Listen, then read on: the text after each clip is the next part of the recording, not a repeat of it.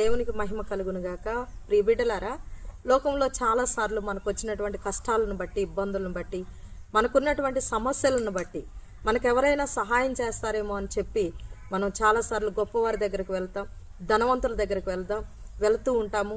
చాలాసార్లు మరి మనుషులను మనం ఆశ్రయించి పరుగులెత్తుతూ ఉంటాం.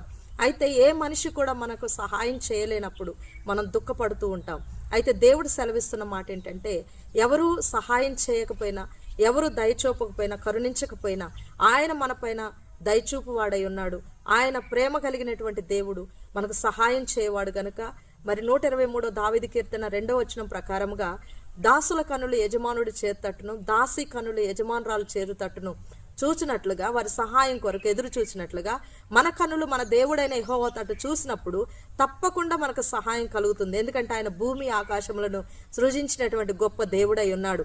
కాబట్టి కరుణించే దేవుని వైపు మనము చూడాలి. కరుణించే దేవుని యొక్క సహాయం కొరకు మనం వేడుకోవాలి.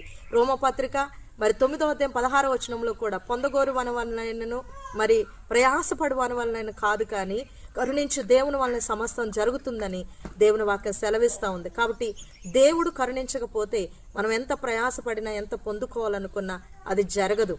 కాబట్టి ప్రియ బిడ్డలారా, మరి కనాను స్త్రీ కూడా మత్తయి సువార్త 15వ అధ్యాయం 21 నుండి 28 వరకు చదివినప్పుడు ఆమె కరుణించే దేవుని దగ్గరకు పరుగెత్తుకొని వచ్చి, దేవా నన్ను కరుణించు, నా కుమార్తెకు పట్టిన దెయ్యము నుండి ఆమెను విడిపించని విశ్వాసముతో వేడుకున్నప్పుడు దేవుడు ఆమెను కరుణించి ఆమె కుమార్తెకున్నటువంటి దెయ్యము నుండి విడిపించాడు. నిజముగా దేవుడు కరుణించేవాడు గనుక, కరుణించి ఆయన కార్యమును సఫలపరచువాడు, సహాయము చేయవాడు గనుక ఆయన వద్దకు వచ్చి ఆయన వేడుకొనండి.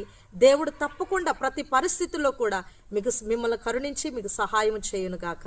దేవుడి మాటలు దీవించును గాక. ఆమేన్.